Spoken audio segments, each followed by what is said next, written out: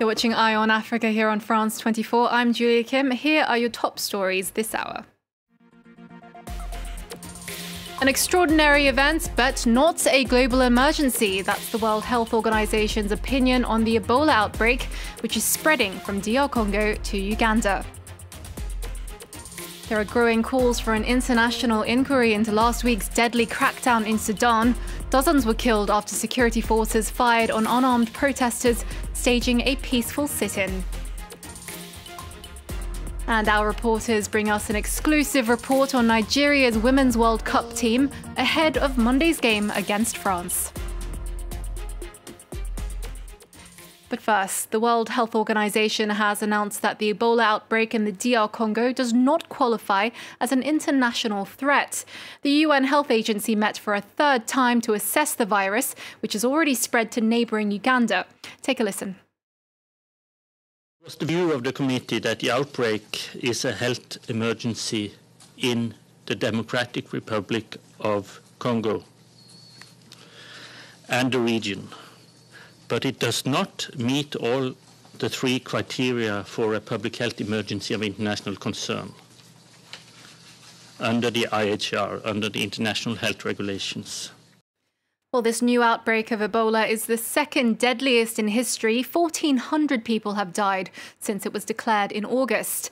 Well, for more, we can cross live now to Kampala to speak to France 24's Grain Harrington. Grain, what have been the major developments in the last 24 hours?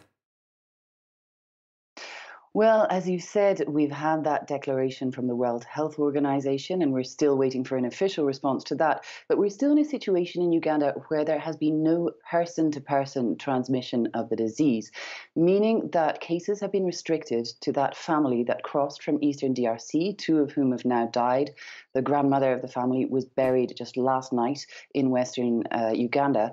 And so this may have played into that decision of the World Health Organization. Now, the Ugandan health authorities are still tracing potential contacts of that family to make sure that it doesn't spread any further in Uganda. And the health minister in the last couple of hours has reassured the public that this outbreak is restricted to Western Uganda. There was another case of a young girl who had crossed the border and had exhibited Ebola-like symptoms and was placed in isolation. She has since been cleared. So it's clear that it is really still restricted to Western Uganda, and it does seem to be quite well controlled there. Nevertheless, the health minister also just recently has asked the public to respect extra sanitary measures. So she said to avoid large public gatherings and to avoid body contact, so not to shake hands with people throughout the country until Uganda is declared entirely Ebola-free.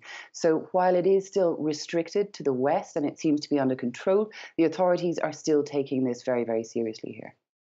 Now, it's spread from Congo to Uganda, as you were saying, but why has the World Health Organization decided not to declare a global emergency?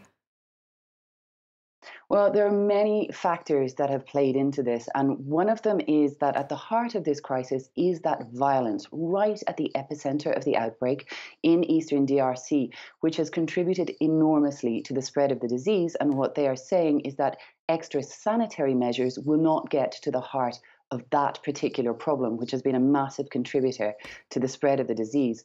The other big issue that they took into the account was this very long and porous border between Uganda and DRC is essential for trade between the two countries, and declaring an international public health emergency would have shut down that border. And so they were taking into account, they said, the potential effects on the economy in eastern DRC, which could have been very, very serious. Now, while there's been no official reaction here, there's been a mixed reaction from health professionals who are also saying that this crisis hasn't really gotten the international attention that it deserves, and that the extra funding that would have been opened up by declaring an international public health emergency would have been crucial to solving that problem in eastern DRC. So there are really very mixed reactions to that decision, but it's clear that the WHO considers that it is restricted to the DRC, that it's an emergency there, that it has potential to become a problem in the region, but that it's not yet ready to spread internationally.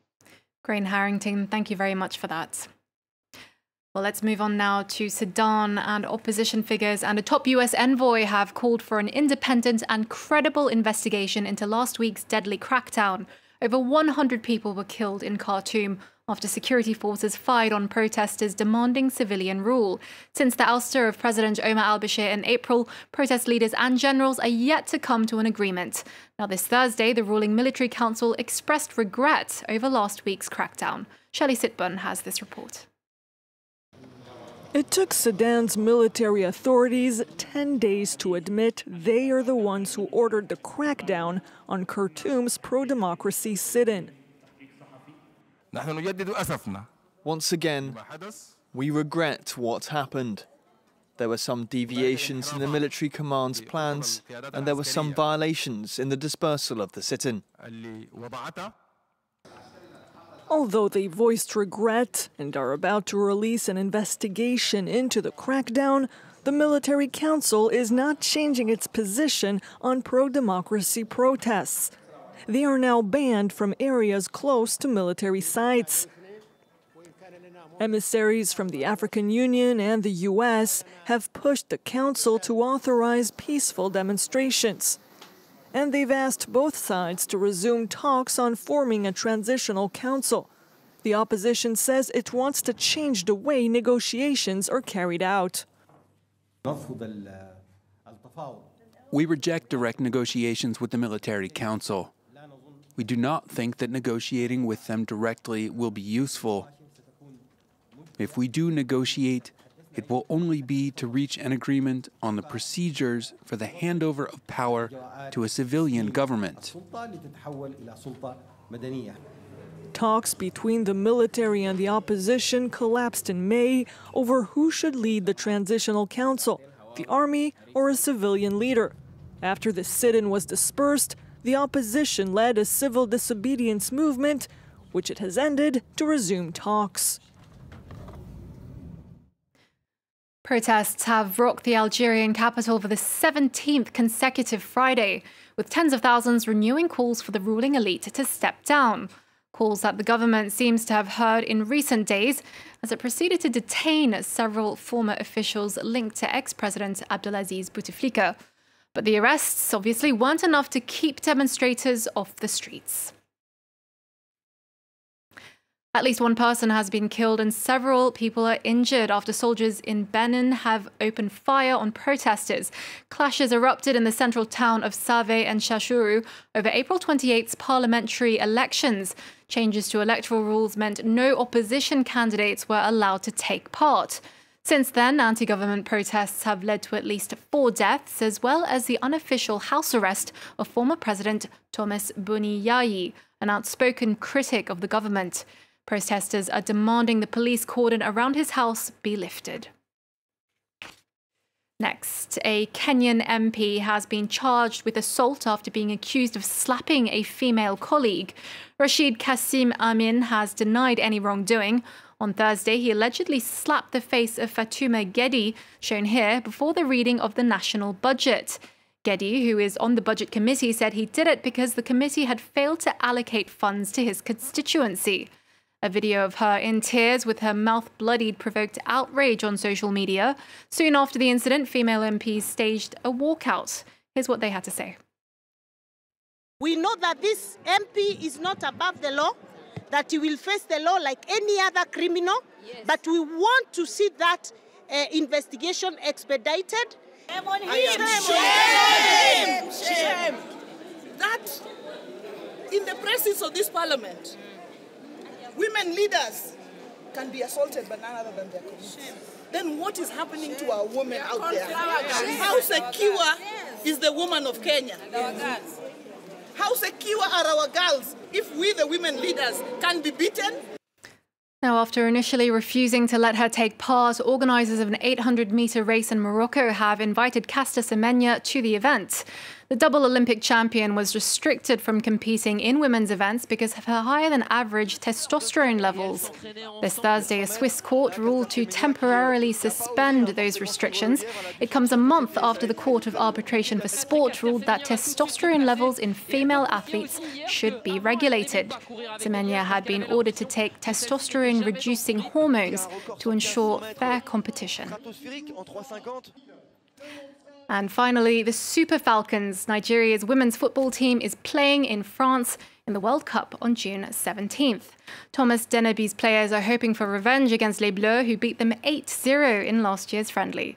The Super Falcons have chosen to train in Austria ahead of their game, in the same place as the men's national team a year ago. Our correspondent Vianney Laurent met the players. The Super Falcons have chosen the spa town Bad Tatzmannsdorf for their World Cup preparation camp. The training program this morning, attacking play and final perfectionist tweaks before the competition. It's a good feeling around the girls. The team's ready, training hard every day. You know, it's a World Cup. We're always excited to come back to it again. So from now, it's another 4 years before you get the experience again. So I think everyone in the team is excited. 9-time Africa Cup winners, the Super Falcons have made a name for themselves on the continent. Never has the team missed a World Cup, and this year they're hoping again to proudly shine a light on African football.